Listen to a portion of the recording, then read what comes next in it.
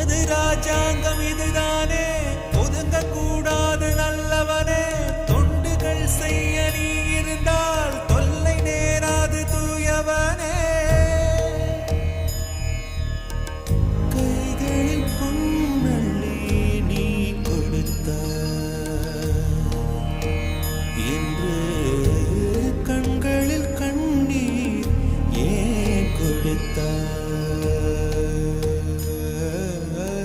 காவியங்கள் உன்னை